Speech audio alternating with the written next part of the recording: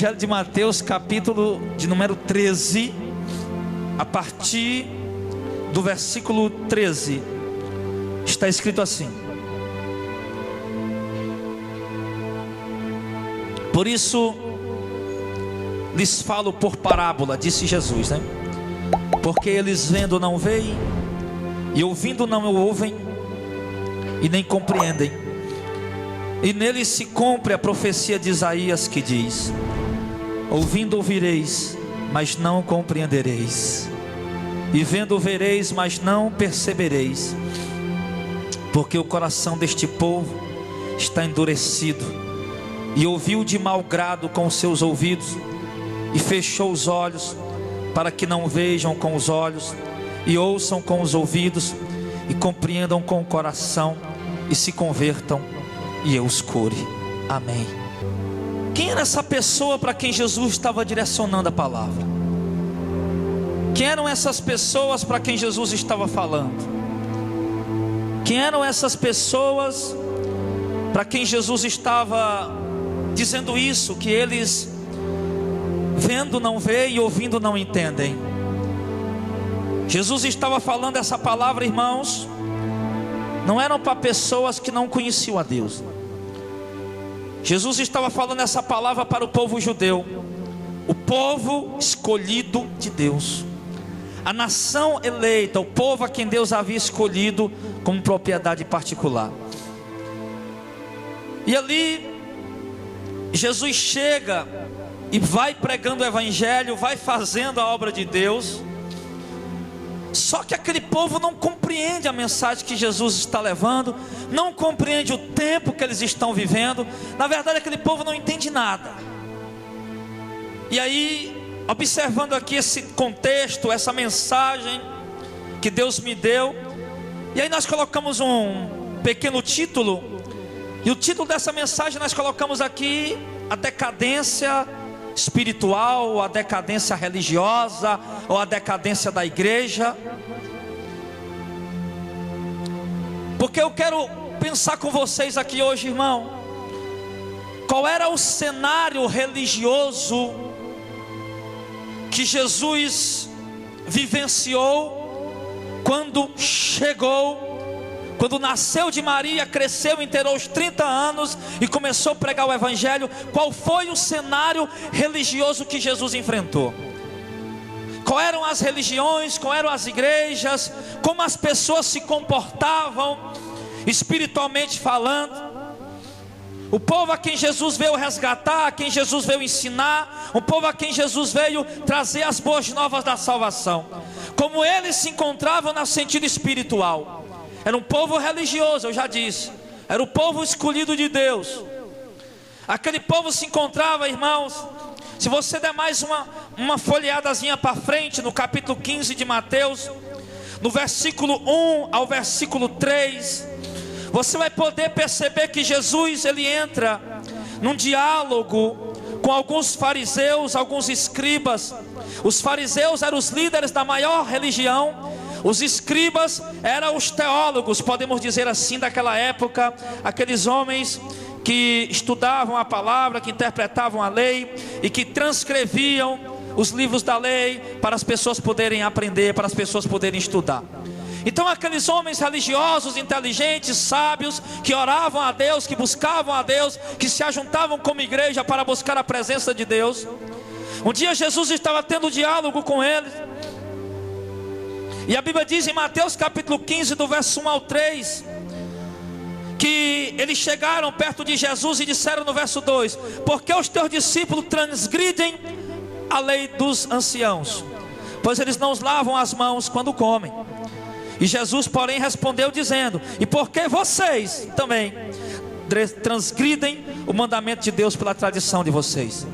Então nós vemos aqui, irmão, o cenário religioso, nós resumimos nesse texto. Era um povo cheio de tradição. Aqueles homens chegaram para Jesus e disseram: Jesus, por que os teus discípulos transgridem a tradição dos anciãos, dos mais velhos, sem lavar as mãos antes de comer? Então nós observamos aqui uma coisa, igreja, que aqueles homens, esse microfone está cheio demais, irmão, e é meio atribulado ficar pregando e ajeitando aqui. Será que não tem ninguém que sabe mexer nisso aqui não, por favor?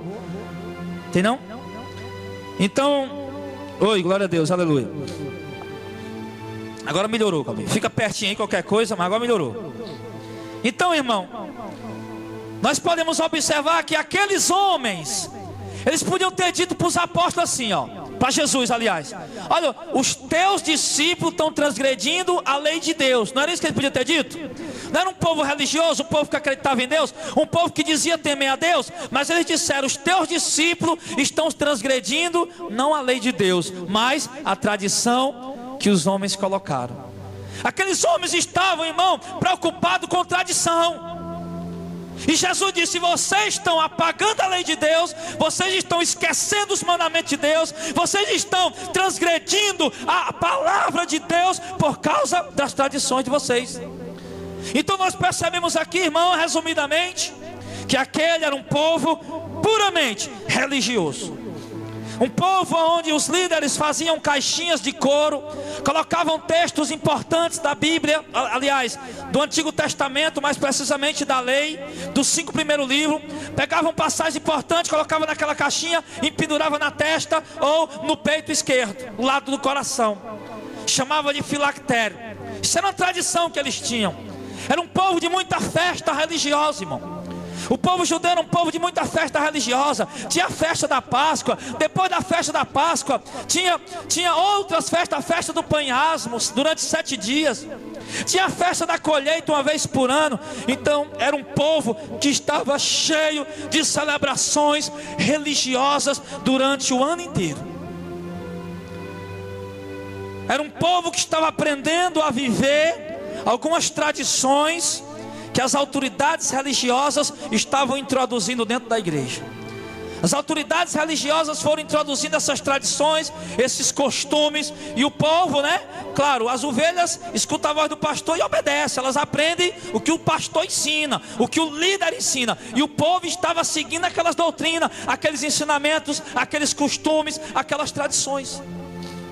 E quando eu olho, irmão, para o contexto em que Jesus viveu, segundo também a história, que diz a história, que quando Jesus começou a pregar o Evangelho, e quando os discípulos deram seguimento à pregação do Evangelho, o mundo estava conturbado. As pessoas andavam com sede de religião. As pessoas andavam com sede de religião. Os próprios filósofos gregos naquela época não tinha filósofo de nome. E as pessoas tinham sede por sabedoria. As pessoas tinham sede por palavra. As pessoas buscavam a religião. E diz a história que alguns adoravam o sol, alguns adoravam as mais diversas divindades, porque as pessoas tinham sede de Deus, tinham sede de religião. Então o contexto, irmão, que nós vemos ali é um contexto de um povo, uma nação totalmente religiosa. Um povo onde cada um tinha sua religião. E por falta de religião, irmão, aí cada um começava a inventar a sua religião, a sua forma de adorar a Deus, a sua forma de cultuar a Deus, a sua forma de conduzir a sua família no Deus que eles acreditavam. E a palavra de Deus ia ficando de lado. A palavra de Deus ia ficando esquecida.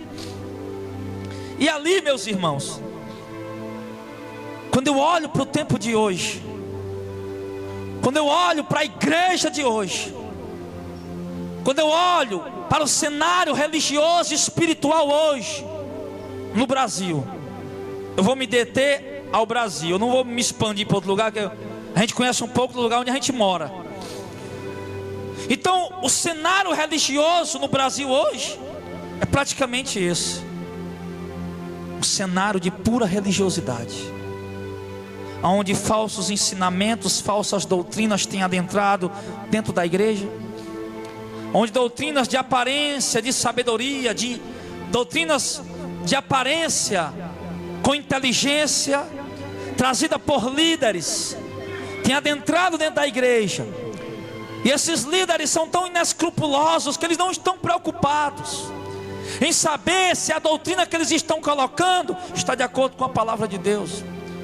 Eles não estão nem preocupado em saber se o que eles estão ensinando está realmente de acordo com a essência, com o caráter, com a personalidade de Deus. Onde eles usam um texto da Bíblia, usam uma passagem bíblica, e a igreja hoje basicamente vive de quê? Vive de campanhas. Em toda hora, em todo canto que você passa por isso, se você passar no ônibus, ou num carro, ou numa moto, ou a pé, e você for numa cidade grande e ver muitas igrejas, você vai poder ver na parede das igrejas pintado: terça-feira é campanha disso, sexta-feira campanha daquilo, e quinta e domingo campanha de alguma coisa a mais. E aí as pessoas que têm sede, às vezes a campanha da prosperidade, as pessoas que têm sede, têm vontade de riqueza, de prosperidade, correm para dentro das igrejas em busca daquela campanha. E a palavra de Deus vai ficando esquecida.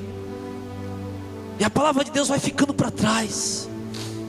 Nós estamos vivendo hoje, irmão, um tempo onde o IBGE divulgou agora um censo sobre a religião no Brasil, onde os que se denominam evangélicos atingiram 42 milhões. Porém, esses 42 milhões de evangélicos que atingiu agora o Brasil, evangélicos, que atingiu agora esse número, estão seguindo esse tipo de doutrina, estão seguindo esse tipo de tradição, esse tipo de religiosidade. Igrejas que estão esquecendo a palavra de Deus, estão aplicando doutrinas humanas, estão tentando conduzir o povo para a salvação através disso, meu irmão. Uma palavra que está se distanciando cada vez mais da sã doutrina do Evangelho do Senhor. Uma igreja, como eu tenho pregado muito isso e tenho batido muito isso, que tem seguido a tradição dos shows, que tem seguido a tradição dos comércios na igreja. Eles não se preocupam. Se Jesus disse em João capítulo 2: tire daqui essas coisas, porque a casa do meu pai é casa de oração, não é casa de comércio. Eles não se preocupam se Jesus falou em Mateus capítulo 10, no versículo 8: de graça recebei e de graça dai. Eles não se preocupam, eles simplesmente trazem as suas doutrinas, às vezes baseado num versículo isolado do Antigo Testamento. E eu quero dizer para você, irmão, nós não estamos mais vivendo no Antigo Testamento. Porque quando Jesus estava celebrando a Santa Ceia, ele disse: esse aqui é o cálice do meu sangue, a nova aliança que eu faço com vocês. Nós estamos vivendo um novo tempo, irmão, uma nova doutrina, um novo momento, o tempo da graça, o tempo da salvação, que vem unicamente pelo Evangelho verdadeiro de Jesus Cristo. Tem muita gente se convertendo? Tem, mas é o Evangelho da prosperidade. Tem muita gente se convertendo? Tem, mas o Evangelho da riqueza, da cura, do milagre. A Bíblia diz para Tiago, a Bíblia Sagrada diz para Pedro, que nos últimos tempos ele amontoariam para si mestres que iam falar de acordo com a sua ganância, com a sua cobiça, e o povo não ia mais querer ouvir a verdade. E lá no profeta Daniel a Bíblia diz que a verdade, no último tempo a verdade seria lançada por terra.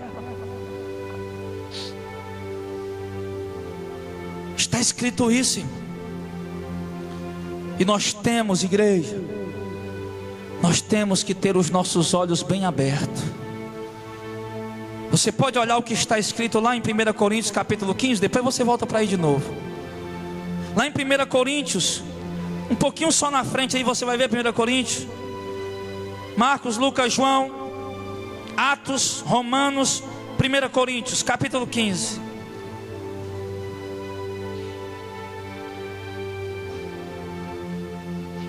Primeira Coríntios capítulo 15.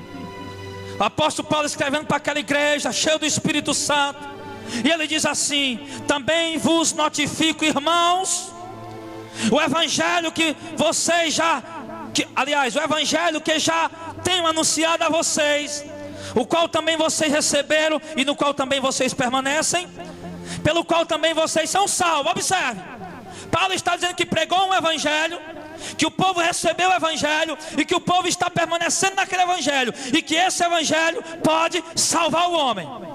Amém? Mas aí Paulo diz assim: pode salvar se o retiverdes tal como vos tenho anunciado, se não é que credes em vão. Paulo está falando de um evangelho que pode salvar o homem, mas o evangelho da forma tal como ele foi anunciado legitimamente. E lá em Gálatas capítulo 1, o apóstolo Paulo está pasmo com aquela igreja.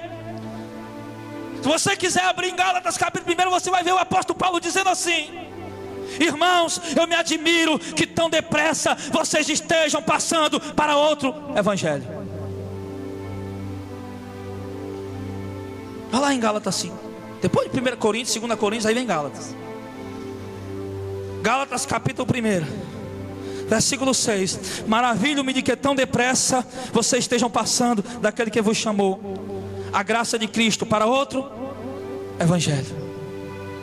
Paulo estava perplexo com aquela igreja que tinha ouvido um evangelho genuíno, que podia salvar suas almas, que podia salvar as suas vidas da condenação do inferno, da ira de Deus. E Paulo está escrevendo para a igreja da Galácia, dizendo: irmão, eu estou maravilhado, vocês estão saindo do genuíno evangelho, do verdadeiro evangelho, para seguir outro evangelho. E é isso que está acontecendo hoje, igreja. Irmã Grande, pega um lenço para mim aqui na minha bolsa, por favor. É isso que está acontecendo hoje. O povo está saindo do evangelho genuíno, que traz a graça de Deus para a nossa vida, para tentar ser salvo pelo seu próprio esforço, ou para viver um evangelho de show. Onde você escuta que tem um show evangélico, você escuta dizer que vai ter um ingresso para pagar para entrar. Só essa semana lá, quando eu me acordei de manhã, eu ligo o rádio para ouvir, e estava dizendo: cantor fulano de tal, gospel, vai estar na praia, na barraca fulano de tal, corra, compra o seu ingresso.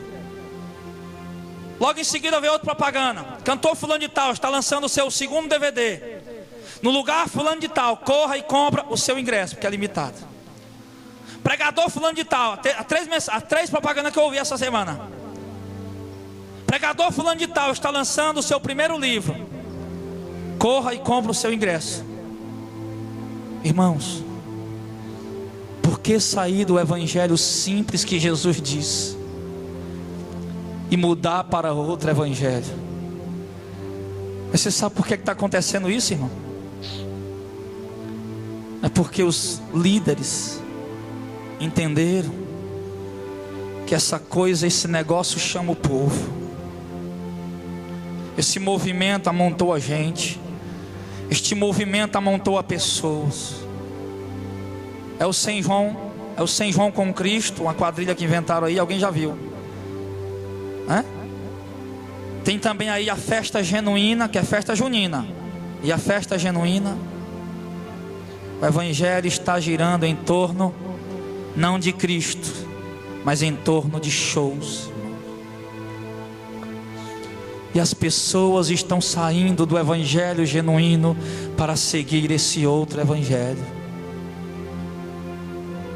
As pessoas estão deixando de seguir o evangelho. 1 Coríntios capítulo 1, a partir do versículo 13, a partir do versículo 18, a palavra de Deus diz que a palavra da cruz é loucura para os que se perdem. A palavra da cruz é loucura para os que perecem. Porque Paulo vai dizendo que o evangelho verdadeiro é o evangelho da cruz, que a palavra verdadeira é a palavra da cruz. E você sabe qual é a palavra da cruz, irmão? É aquela que Jesus disse lá em Mateus capítulo 10: tem alguém aí que quer me servir? Eu quero, Jesus, pois tome sua cruz e me siga. O evangelho genuíno e verdadeiro é aquele que Jesus disse quando o homem disse: Jesus, manda o meu irmão repartir a herança dele comigo. E Jesus disse: homem, quem me constituiu juiz e repartidor entre vocês? Tenha cuidado com a avareza.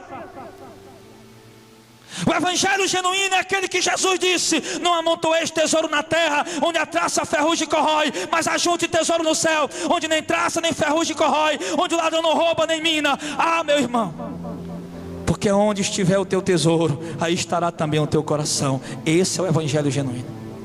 Evangelho genuíno é aquele que o jovem rico chegou para Jesus e disse: Senhor, o que eu faço para ser salvo? E Jesus disse: tu conheces os mandamentos? Ele disse: eu tenho guardado. E Jesus disse: só falta uma coisa, vende o que tem, dá esmola para os pobres, e tu terás um tesouro no céu. O evangelho genuíno é aquele que está lá em 1 João capítulo 2, a partir do verso 15: não ameis o mundo nem o que nele há, porque tudo o que há no mundo, a soberba da vida, a concupiscência dos olhos, a ostentação de bens, procede do mundo. O mundo passa, a sua cobiça, mas aquele que faz a vontade de Deus permanece para sempre. Isso é o evangelho genuíno. O evangelho genuíno é quando aquele homem chegou perto de Jesus: Senhor, eu vou te seguir para onde o Senhor for. E Jesus disse: espera aí, as raposas têm covil, as aves do céu têm ninho, eu não tenho onde reclinar a cabeça. Quer ir comigo? Aí o outro disse: Senhor, deixa eu logo sepultar o papai, depois eu te sigo. Isso é o evangelho genuíno. Mas você sabe qual foi a heresia que eu ouvi essa semana, há uns 15 dias atrás na internet? Eu gosto muito de peças na internet para ver as heresias que estão aí, para poder eu abrir os olhos de vocês com a palavra. Não eu, o Espírito Santo, lógico. Um pregador famoso, um grande pregador, não vou dizer o nome não porque está gravando. Um grande pregador, você pode ver na internet isso. Pregador que prega no maior congresso de missões do mundo. Um homem conhecido, renomado, já pregou em mais de 60 países no mundo. Um homem que eu também, até eu admirava também as pregações dele. Mas quando Deus começou a abrir meus olhos para o genuíno evangelho, ele estava pregando e dizendo: irmão, Jesus assumiu a carpintaria do pai dele, José, com 12 anos de idade. E com 12 anos de idade, Jesus começou a fazer mesa, cadeira e vender. Só que naquela época, o pregador dizendo, só que naquela época, para se vender uma mesa e cadeiras, demorava aproximadamente 1 ano para se fazer uma mesa e uma cadeira para poder entregar. E as pessoas começaram a vir até Jesus, ele pregando isso.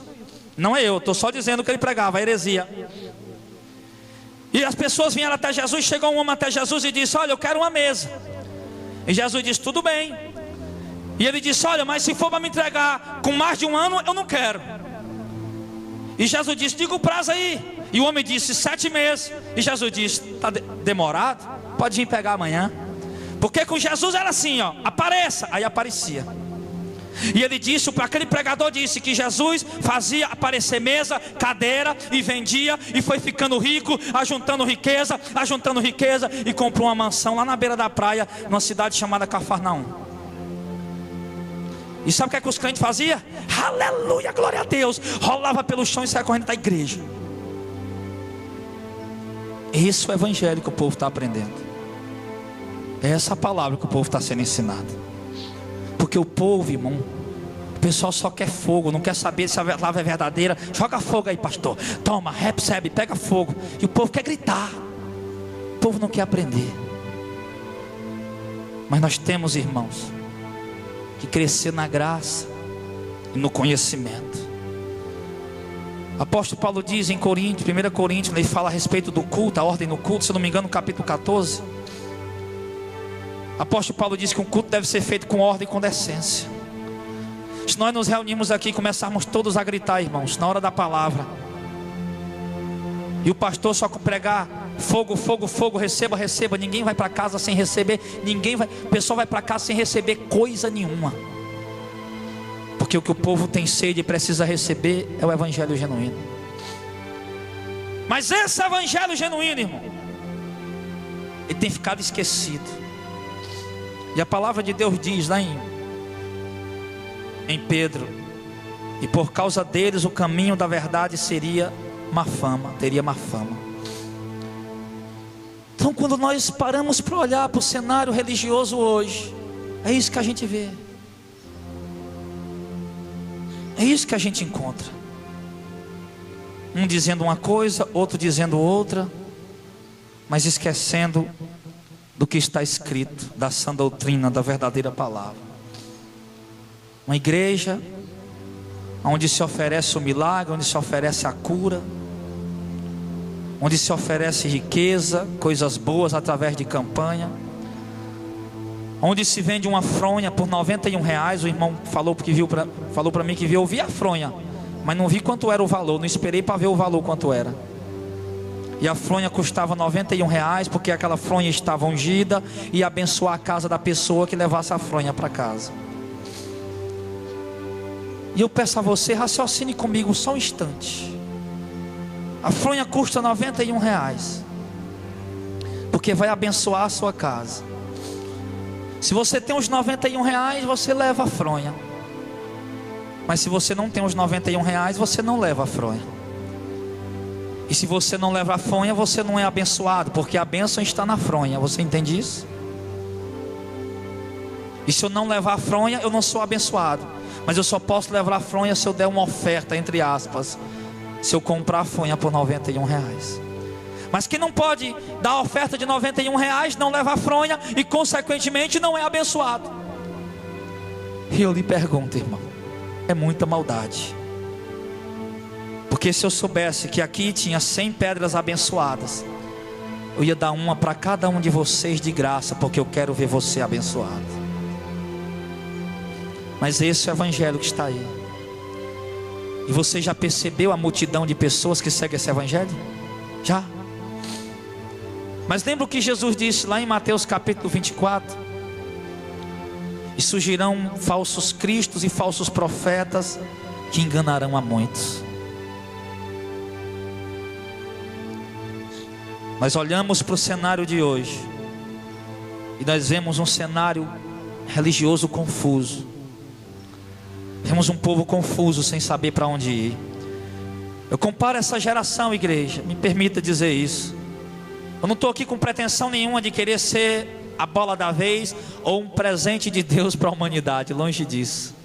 Eu conheço muito bem os meus defeitos e a minha imperfeição. E eu sempre disse a Deus: Senhor, eu não sou digno de ser escolhido pelo Senhor. Mas aí Deus vem e me fala que Ele escolhe as coisas loucas para confundir as sábias, as pequenas para confundir as grandes, as que não são para confundir as que são. E então isso me consola em saber que se os homens se calarem, as pedras falam. Me consola em saber que se não tem ninguém para falar com o profeta, Deus usa uma jumenta muda para falar com o profeta. Então isso me leva a entender que Deus pega as coisas que não são nada e faz alguma coisa por meio delas. Então isso não é motivo para ninguém se exaltar nem se orgulhar, porque está escrito que nenhuma carne se glorie diante de Deus, mas quem se gloriar, se glorie-se nisso, em me conhecer e saber que eu sou o Senhor. Mas quando eu paro para olhar a confusão religiosa que nós estamos vivendo, a confusão espiritual que a igreja está vivendo, onde muitas pessoas estão sendo enganadas, estão seguindo doutrinas errôneas, e muitos líderes que pregam essas doutrinas, coitados, não estão fazendo nem por maldade, é só por falta de conhecimento mesmo. Eu passei muitos anos da minha vida pregando fogo, fogo. Quem lembra das minhas pregações aqui? Fogo, fogo, fogo. Era reteté, era fogo no meio da canela para cima. Era. E Deus disse: não, filho, essa palavra você não vai levar ninguém para lugar nenhum, a não ser um mero mover emocional na hora do culto. Ensina a minha palavra. Paulo disse assim: eu, como sábio arquiteto, coloquei o alicerce, mas cada um veja como constrói. Aquele que se construir prata, ouro, pedra preciosa, madeira, feno, palha, o fogo provará a obra de cada um, e a obra que permanecer receberá galardão. Eu lhe pergunto: o que acontece com a palha, com o feno e com a madeira no fogo? Ela se queima. Mas com a prata, com o ouro e a pedra preciosa, elas são purificadas e ficam mais preciosas ainda. Deus não está em busca, irmão, de uma multidão de pessoas. Deus está em busca de um povo que o sirva e o adore em espírito e em verdade. Só que para a gente poder fazer isso, adorar a Deus em espírito e em verdade, eu tenho que conhecer a verdade. Aí o governador perguntou a Jesus: o que é a verdade? Porque para muitos a verdade está em muitas coisas, mas para nós não, que somos salvos, a verdade está na loucura da pregação, está na cruz de Cristo, está no evangelho da salvação do Senhor.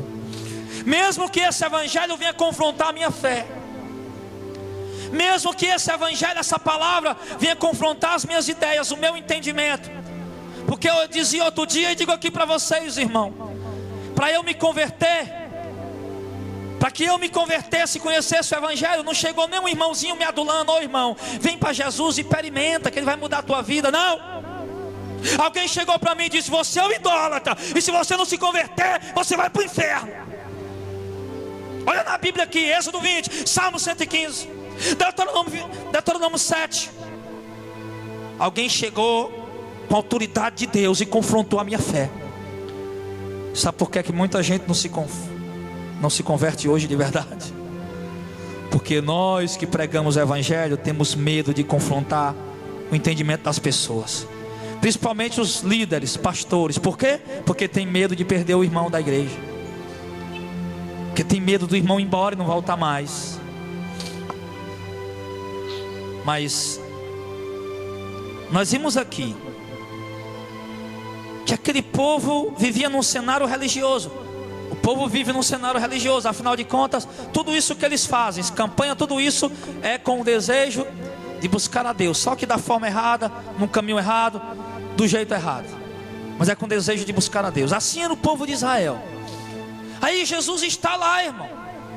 Jesus está ali. Quem é que estava ali, igreja? Jesus. Nada mais, nada menos do que o Salvador, o Messias, o Redentor. E Jesus está ali, e Jesus vai e diz assim em João 5,39: vocês examinam as Escrituras. Isso Jesus dizendo para eles, para os judeus, João 5,39: vocês examinam as Escrituras porque acreditam que nela tem a vida eterna, não é isso? E o pessoal: é. E Jesus diz: pois são elas que falam de mim, elas que dizem que eu sou o Salvador, contudo, vocês não querem vir a mim. Um povo que examinava a Bíblia, as Escrituras, porque acreditava, não, na palavra tem a vida eterna, e quando está ali a salvação de Deus oferecida, eles não acreditam, eles não dão crédito. Pelo contrário, lá em Lucas capítulo 13, no verso 34, Lucas 13, 34, Jesus disse assim: Jerusalém, Jerusalém, que mata os profetas e apedreja os que te são enviados, quantas vezes eu quis te ajuntar como a galinha ajunta os seus pintinhos, mas tu não quiseste. Jesus disse a Jerusalém: tu és o povo de Deus, a nação escolhida de Deus, tu espera a salvação de Deus, uma palavra da parte de Deus, uma mensagem da parte de Deus, mas quando vem um profeta, tu apedreja. Mas quando vem um enviado de Deus falando a verdade, tu os mata. Ah, Jerusalém, parafraseando o texto: eu enviei meus profetas, meus mensageiros, para te reunir, para te ajuntar, para trazer a salvação para te guiar no caminho da verdade, mas tu não quiseste. Porque a palavra de Deus diz que o povo anda na teimosia do seu coração. E assim, irmãos, tem alguém entendendo essa palavra aí? Diga amém. Os teus olhos estão se abrindo um pouco para isso? Está escrito assim, a irmã Ismar sabe disso, é uma mulher de Deus há muitos anos. Está escrito assim: a fé vem pelo ouvir, o ouvir da palavra do pastor. É assim? Não? A fé vem pelo ouvir, o ouvir da palavra do padre? Não. O ouvir da palavra de Deus. Pelo contrário, está escrito também: seja Deus verdadeiro e todo homem mentiroso. O que o homem pregar, o que o homem ensinar, o que o homem disser, se tratando de Deus, se não estiver nas Escrituras, seja Deus verdadeiro e todo homem mentiroso. Então, aquele povo desejava a salvação, irmão. Você acha que essa sociedade não deseja a salvação? Sim ou não? Deseja sim ou não?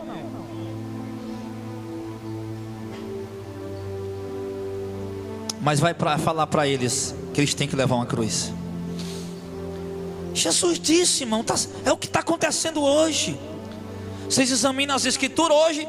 Eu poderia dizer assim: vocês procuram uma igreja, uma religião, uma denominação, procuram ler a Bíblia, orar, achando que vão encontrar a vida eterna. E na Sagrada Escritura tem falando sobre a vida eterna. No entanto, vocês não querem segui-la.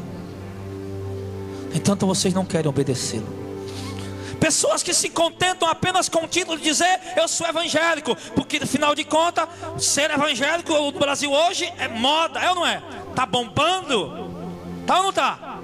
Foi a desgraça da igreja depois da partida de Cristo. Quando o Constantino se engraçou com a igreja, o imperador romano, e obrigou que o cristianismo fosse a religião oficial, e aí se tornou a religião da moda, aí todo mundo agora era cristão. Só que estava cheio de gente, a maioria, que não tinha nada de convertido, nem de cristão, apenas o título. Pessoas que se prostituíam, os próprios sacerdotes se prostituíam, gananciosos, avarentos, mas se diziam cristão, porque era a religião da moda. Afinal de contas, todo mundo quer estar na moda. Eu quero o paletó da moda, eu quero o sapato da moda, eu quero a calça da moda, a camisa da moda, enfim. E as pessoas vão buscando seguir a moda em todos os segmentos, inclusive até na religião. Esse foi o mal da igreja. Por isso a igreja caiu. Aí por isso depois foi preciso levantar o tal do João Wycliffe, que eu nunca vi ele, né? Mas a história fala que foi um grande homem de Deus. O João Hus, né? Aí veio o Martinho Lutero. Aí veio o João Wesley no século XVIII, agora 300 anos atrás. E veio, Deus levantou esses homens, por quê, irmão? Porque a igreja estava afundada. Só que quando olhava para aqueles homens, disse: esse aí vai morrer queimado. Esse aí a Roma vai matar ele logo logo. Inclusive mataram mesmo alguns. João Hus morreu queimado. Mas o que eles fizeram continuou.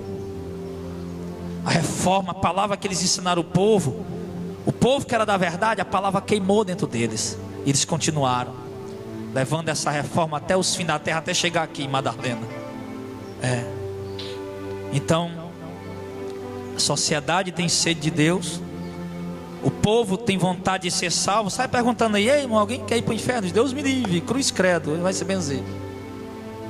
Alguns vão bater na madeira, Deus me livre. Eu quero ir para o céu. Mas Jesus diz: pois eu estou aqui. Contudo, vocês não querem vir a mim para terem vida. Um povo, irmão, que não entendeu, que não recebeu, quando Deus enviou para eles o que eles mais desejavam. Está aqui em Mateus capítulo 11, do verso 15. Mateus 11, 15 diz assim, ó: quem tem ouvidos para ouvir, ouça. Jesus falando. Mas quem assemelharia essa geração? É semelhante aos meninos que se assentam nas praças e gritam uns aos seus companheiros e dizem assim: nós tocamos flauta e vocês não dançaram, nós contamos lamentação e vocês não choraram. Aí Jesus está comparando aquela geração. Jesus disse: olha, vocês são igual menino, estão nas praças e gritam: nós tocamos flauta e vocês nem dançaram, nós tocamos lamentação e vocês nem choraram. O que Jesus quis dizer com isso? Vocês não estão entendendo. Era isso que Jesus quis dizer. Quando se toca flauta é para dançar, quando se conta lamentação é para chorar, e vocês não estão entendendo. Mas o que ele não estava entendendo, irmão? É o tempo da visitação de Deus na vida deles. Jesus continua dizendo no verso 18: porque veio João Batista, nem comia nem bebia, e vocês dizem: é um endemoniado. João Batista veio enviado de Deus. Jesus disse: o maior homem nascido de mulher, ninguém é maior do que João. Ele veio, nem comia nem bebia, era gafanhoto e mel silvestre. E o povo dizia: esse é profeta? Não, esse é um endemoniado. Não entenderam. Aí veio Jesus, ele diz: aí veio o Filho do Homem comendo e bebendo, e você diz: aí está um comelão, um beberrão, amigo de publicanos e pecadores. Não entenderam. Profeta vestido com pele de camelo, um cinto na cintura, o cabelão, né? Cabelão todo duro do sol. Esse talvez na boca de algum pregador também talvez tivesse uma mansão na beira do Rio Jordão, né? Com certeza. Então João Batista lá ali tinha, rapaz, uma aparência estranha. Pense numa figura estranha da João Batista. Ninguém usava pele de camelo, irmão, como roupa.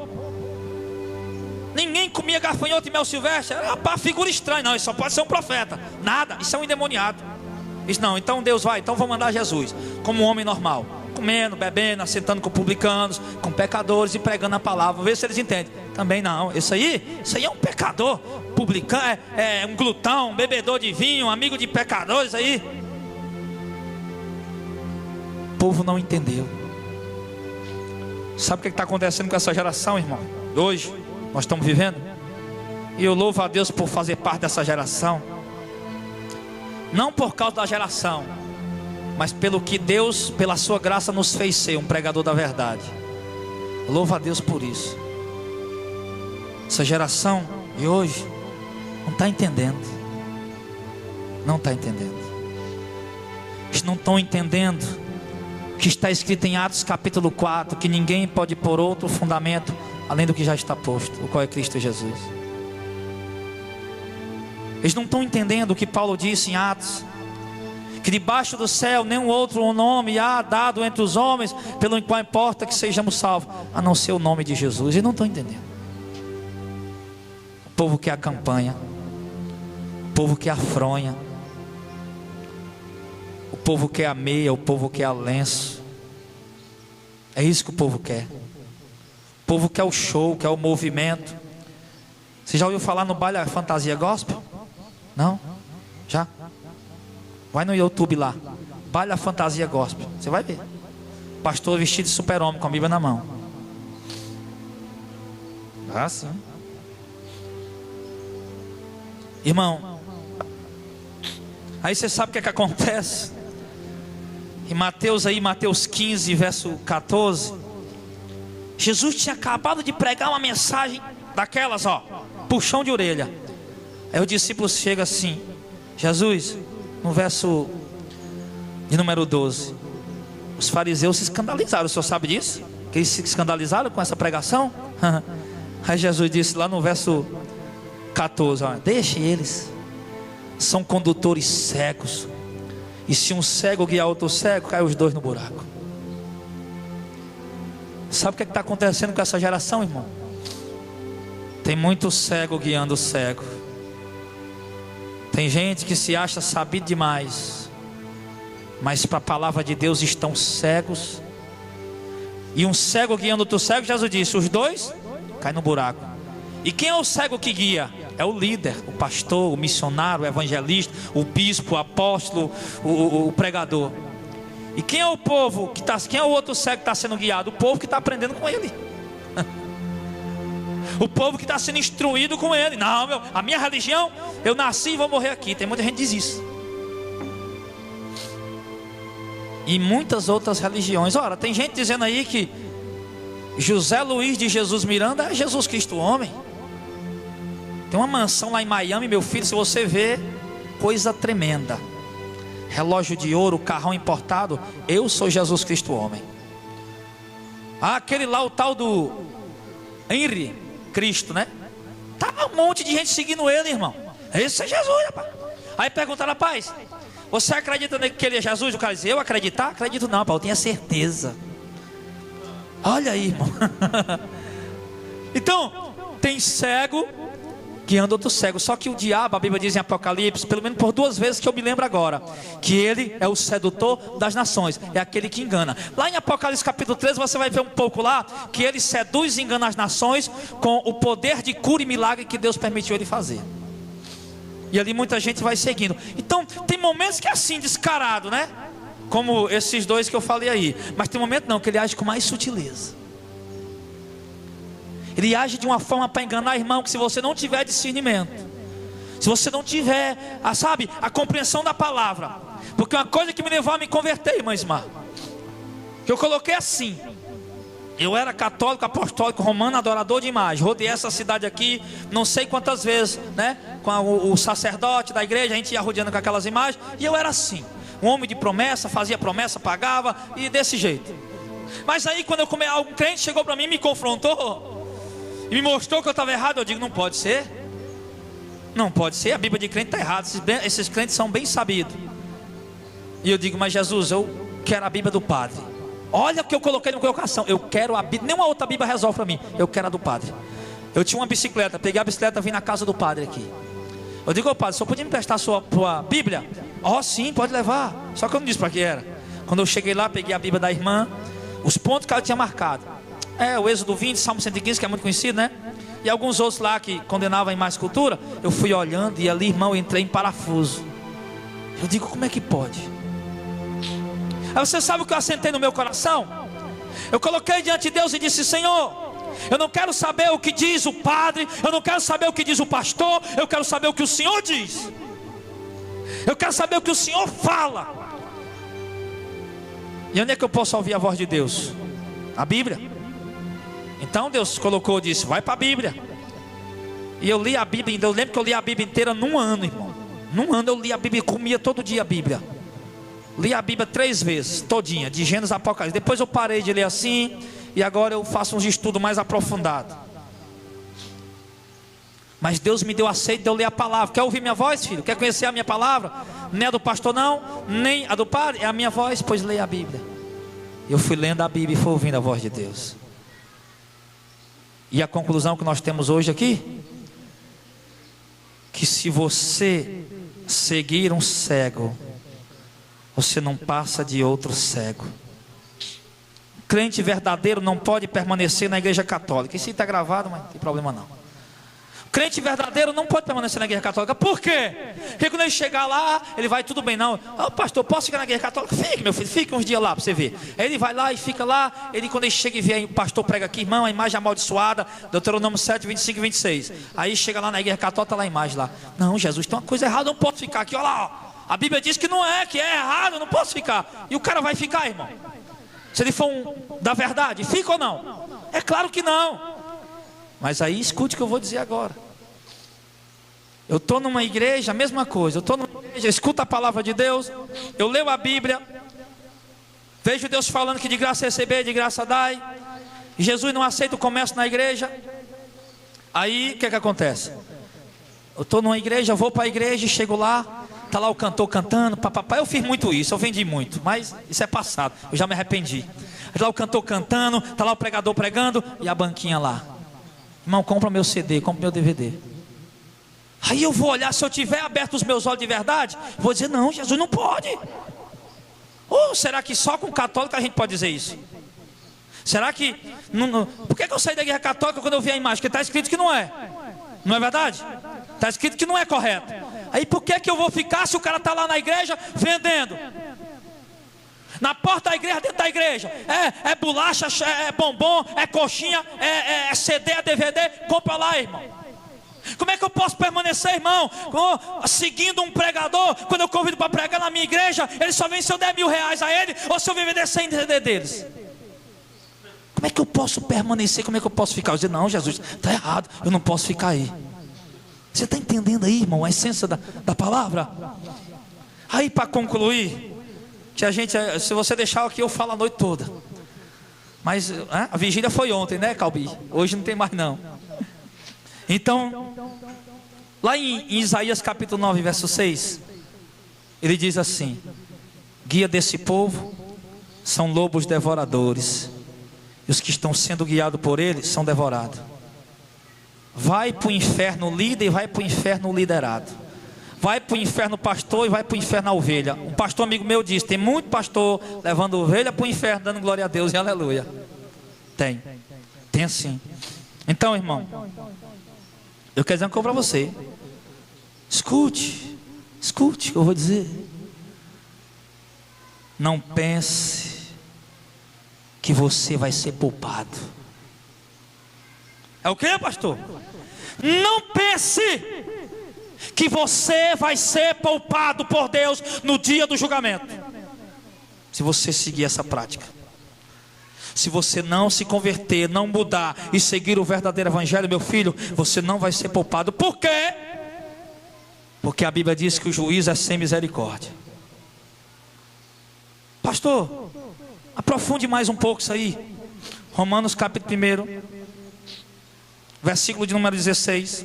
A ira de Deus se manifestará sobre os injustos, sobre os impiedosos e sobre aqueles que detêm a verdade. É aí que eu queria chegar. Os que detêm a verdade. O que é deter a verdade? É esconder a verdade, é evitar a verdade. E que verdade? A palavra. E quem que está com a verdade? Deus deu a verdade para quem? Para um pastor, para um pregador, para um evangelista. Eles foram os homens, nós somos homens escolhidos por Deus para ensinar o povo a verdade. Mas a Bíblia diz que a ira de Deus vai se manifestar sobre os impiedosos, os injustos e aqueles que detêm, que escondem a verdade, que não pregam a verdade. Eu podia muito bem estar aqui, irmão, sentado aqui na cadeira. Vem, irmão, cada um senta no meu colo um pouquinho, bichinho bonitinho, minha ovelhinha, cheirosinha. Bom, pode ir para lá. Mas não. Eu prefiro estar aqui com um chicote na mão e batendo em você, e você chegar em casa e dizer: meu filho, passa água com sal, passa o mertiolate, porque hoje doeu, mas foi bom, porque agora eu conheço o caminho da verdade. Amém, igreja?